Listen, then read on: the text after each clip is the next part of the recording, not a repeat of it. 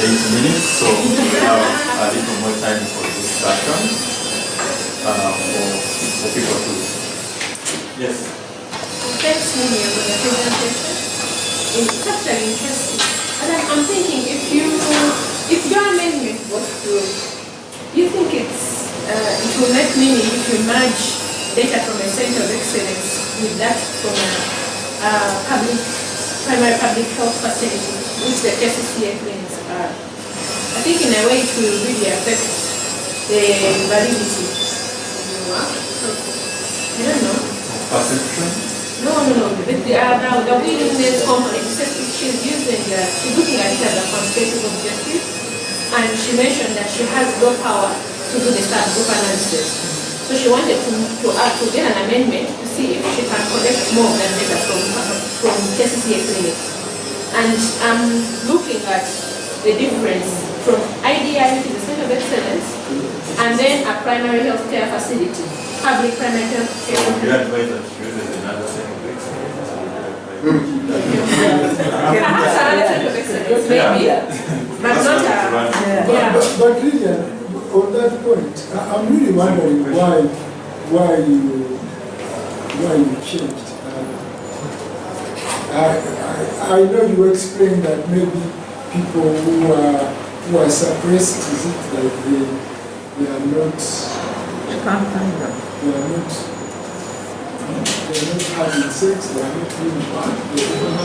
I don't know, isn't it important?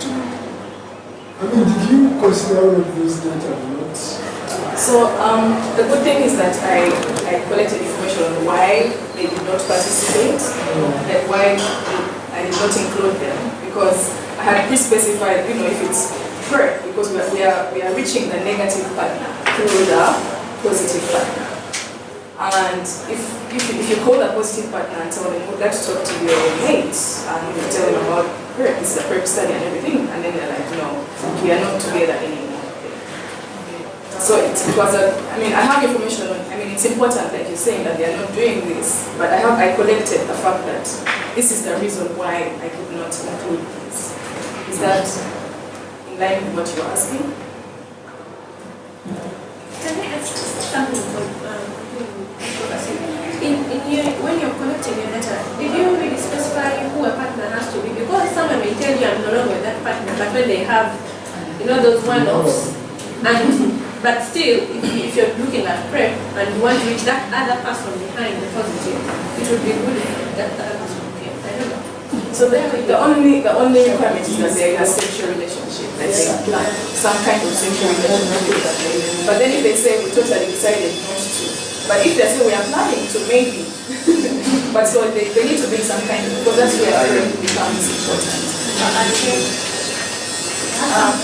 About your subgroup analysis, we need to be aware about that, because once you begin doing subgroup analysis, you're looking at testing multiple hypotheses, and therefore your p-value is going to become arbitrary. You may have to start thinking of one-to-one correction and the like.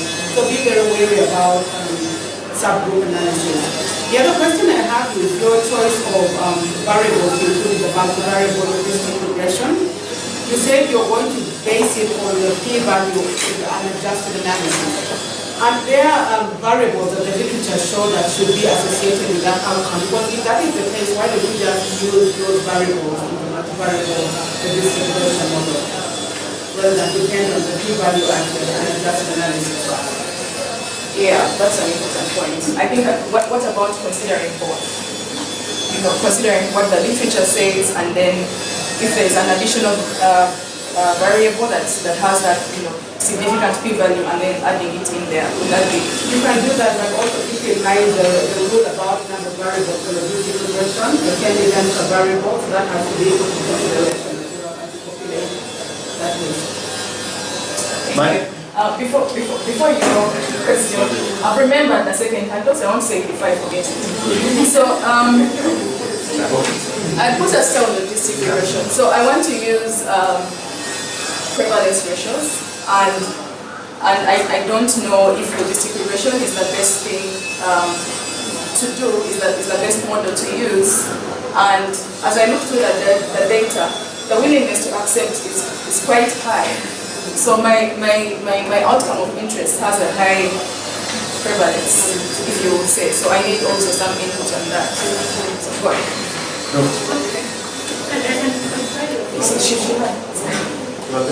Flavia. No, I think it was in relation to her comment about merging data from, I was thinking it does not really matter because she's looking at willingness. So whether these individuals attend a public, usual, general, not I think it may not affect their willingness to accept the prayer. But also the other comment I wanted to add was on the different partners, because actually you asked her whether they have to be together or just any irregular partners. I think the challenge will be on disclosure, because you can't suggest prep until they are stable and they disclose. So most times I think these people who are just random, sexual, whatever, are not, and people have not disclosed, so it could be a challenge for prep. So yeah, that was exclusion criteria. So just, I know Lydia and you've talked about this, so I won't go into what you've talked about, but the key, I want to pick on what Professor Tugume is saying. If in reality you go to a population which you are intending to study, and you discover actually something like, when you talk to people, this is what they're telling you about PrEP and their actual lives. For the government or for whoever is trying to implement PrEP, this is something they need to know. That, we are thinking about rolling out PrEP, but people are really, some of those comments you gave, they're not really in relationships, or it might not work. So that sort of information needs to come out in a way. I know you didn't formally enroll them, but at the point of screening, they gave some information. I don't know how you use that. The ethics people. Yeah, because it's critical information. In terms of validity, going to another population, that is, I would worry more here about internal validity, because you're trying to assess more of willingness to use PrEP based on a certain set of predictors. So I don't know whether the issue was external validity, but going to a center of excellence, if you chose this is what you're going to talk about. So you may actually enroll from here or go to MJAP, which is another, I think, center of excellence. They are still on the same deal, and see if you can get a certain set of patients who can speak to this point. That's a quick one. We've got some results. What percentage of the 175 are winning?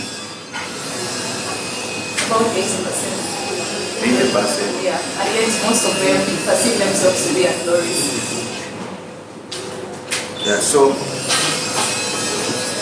maybe something that maybe is not. No, please go ahead. she will do a PhD about actual taking, because it's now winning. Well, sometimes I'm trying to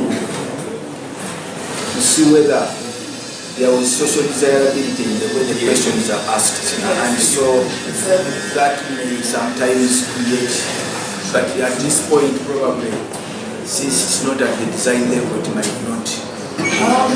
No, I think it's helpful because I need to acknowledge some limitations.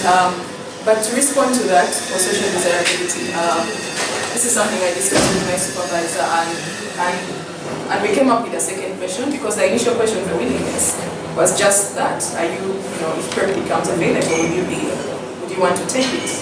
And someone is likely to say yes, but then we went ahead to ask another question, that at IDI will be rolling out PrEP. So should we register you as one of the people we should contact? And there's no difference in the proportions, it's actually the same. So I don't know if... And who is asking those questions? Yes, it is nurses and counselors. And then the same people who actually you say you're not if you're not enrolled on the program, we are doing